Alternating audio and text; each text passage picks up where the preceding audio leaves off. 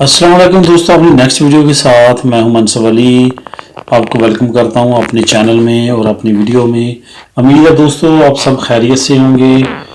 और आज जो वीडियो मैं लेके आया हूं इसमें आपके कमेंट्स के आंसर्स दूंगा। 3-4 कमेंट काफ़ी अहम हैं जिनका मैंने सोचा कि तमाम कमेंट्स का आंसर एक वीडियो में दे दूं।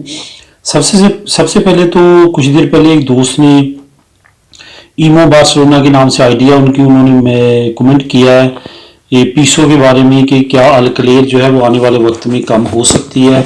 जो दोस्तों मेरा आइडिया है जहाँ जो आमतौर पे मालूमात मिलती रहती है वो यही है कि अब इस सर्दियों में काफ़ी ज़्यादा जो है वो किराए नीचे आएंगे और काफ़ी ज़्यादा घर मिलेंगे। जिन जिन दोस्तों ने फैमिली अप्लाई करनी थी और काफ़ी ज़्यादा परेशान थे काफ़ी अरसे से, उनको चाहिए कि वो प्रिपेयर रहें। इस सर्दियों में इंशाल्लाह ताला किराए भी काफ़ी कम हो जाएंगे, अभी भी हो चुके हैं 20 से 30%।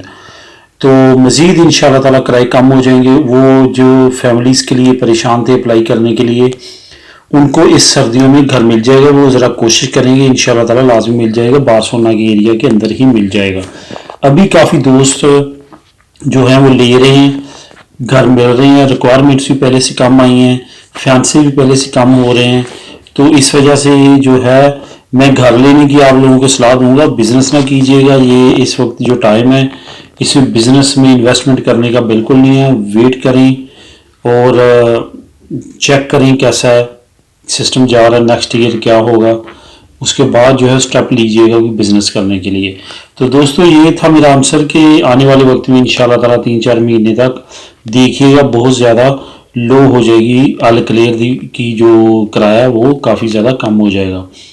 तो जो दोस्त अपनी लेना चाहते हैं घर वगैरह उनके लिए भी बेस्ट है, क्योंकि बैंक जो है अगर फिनांस आपको कर देता है तो किराए जो घरों की कीमतें हैं वो भी काफ़ी ज़्यादा कम हो जाएंगी। अभी भी कम हो चुकी हैं, आने वाले वक्त में मज़ीद हो जाएंगी। इन्वेस्टर्स बाहर से आना शुरू हो चुके हैं। अगर कोई बड़े इन्वेस्टर्स ना आए तो लाजमी तौर पे कीमतें और गिरेंगी, और उम्मीद है कि नहीं आएंगी क्योंकि तमाम मुल्कों में कोरोना वायरस है। इस वजह से इन्वेस्टर्स बड़े बड़े हमेशा बाहर से आते हैं, तो वहाँ के खुद हालात उनके ज़रा टाइट है। उसके बाद दोस्तों बहुत सारे दोस्त ऐसे हैं जो कि पाकिस्तान से मुझे कमेंट करते हैं कि स्पेन एम्बेसी का कोई कॉन्टैक्ट नंबर, कोई मालूमात, जब उनको कहते हैं टीसीएस का तो वो कहते हैं टीसीएस वाले हमें जवाब नहीं दे रहे, इंटरनेट पे कोई पता नहीं चल रहा, वीज़े की मालूमात नहीं मिल रही टीसीएस। तो उनके लिए मैंने डिस्क्रिप्शन में एक लिंक दे दूंगा, ये टीसीएस की आम वेबसाइट पे ना जाएं।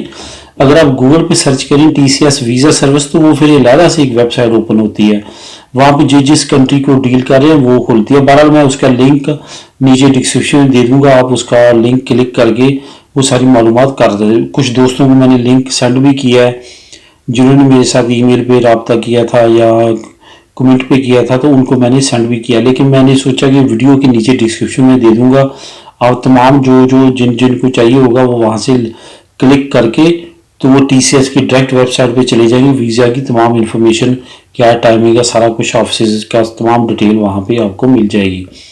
तीसरे नंबर पे दोस्तों वही बार बार कमेंट आ रहा है इमिग्रेशन के बारे में। दोस्तों इमिग्रेशन के बारे में अभी कोई भी चीज़ कंफर्म नहीं है।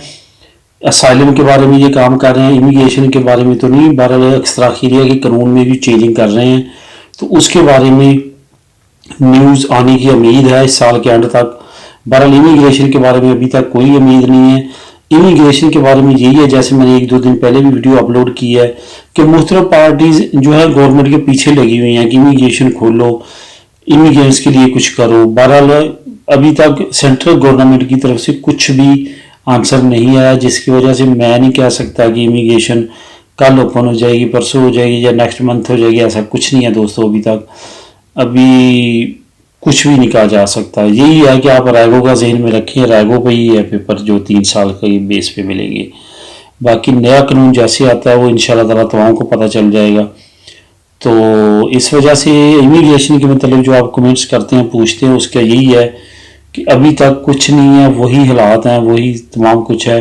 जो नई छोटी से छोटी खबर आती है वो मैं आपको पता है इस अपलोड कर देता हूँ इस चैनल पे, तो वो आपको मिलती रहेगी। जैसी भी नई खबर आएगी इंशाल्लाह ताला वो मैं प्रोवाइड करता रहूँगा। तो दोस्तों ये मेन थे कमेंट वीडियो में ज़्यादा लंबी नहीं करूँगा, आपका भी कीमती वक्त है, तो दुआ में याद रखिएगा। मिलेंगे अपनी अगली वीडियो में, तब तक के लिए अल्लाह हाफिज़।